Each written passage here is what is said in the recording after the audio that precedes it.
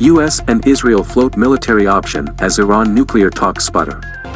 Israeli Defense Minister Benny Gantz and U.S. Secretary of Defense Lloyd Austin met at the Pentagon to discuss Iran's nuclear program and the possibility of a military response if negotiations continue to stall.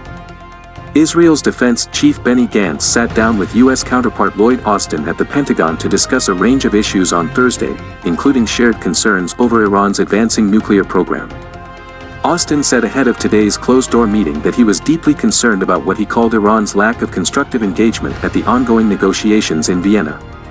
He also affirmed that the Biden administration is prepared to turn to other options to halt Tehran's nuclear program if diplomatic talks fail to do so.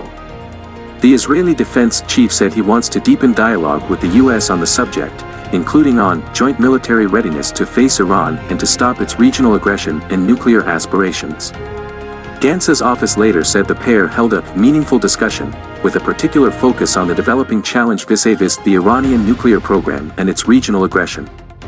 He later met with Secretary of State Antony Blinken. The Biden administration is ratcheting up the pressure on Iranian negotiators in hope of breaking the diplomatic stalemate after last week's talks in Vienna went nowhere. Talks resumed earlier today as Gantz and Mossad Chief David Barnea arrived in Washington to coordinate on the issue. Israeli sabotage attacks on Iran's nuclear program have failed to stop Tehran's uranium enrichment, and officials have reportedly pressed their American counterparts to devise a plan B should negotiations with the Raisi government falter. The White House publicly confirmed on Thursday that President Joe Biden had done just that, ordering his administration to make alternative preparations to halt Iran's nuclear program.